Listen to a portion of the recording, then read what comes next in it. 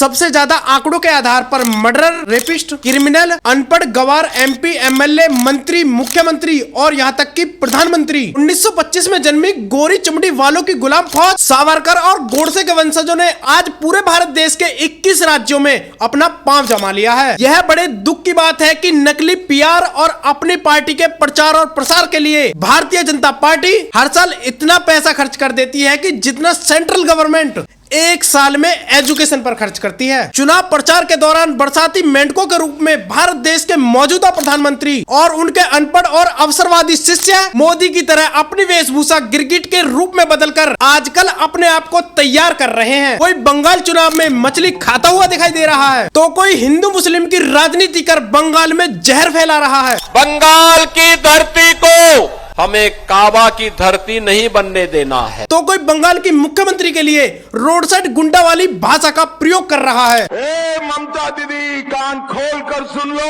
ए ममता दीदी कान खोल कर सुन लो। और हद तो तब हो गई जब कामकाज छोड़कर वोटों के चक्कर में मौजूदा भारत देश का प्रधानमंत्री नरेंद्र मोदी बंगाल चुनाव से पहले बंगाल में ही झाल मुड़ी खाने चला गया। और इतना तो झाल मुड़ी की दुकान का टर्न ओवर भी नहीं था जितने कैमरे उस कैमरा जीबी की एक्टिंग को रिकॉर्ड करने में लगा दिए गए हैं। भाई हमें अपना जाल मुली खिलाओ।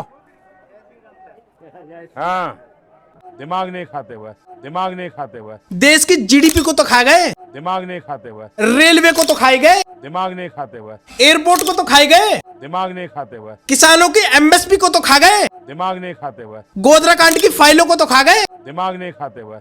राफेल की फाइलों को तो खाई गए, दिमाग नहीं खाते बस। अपनी सुहागन बीवी के जीवन को तो खाई गए।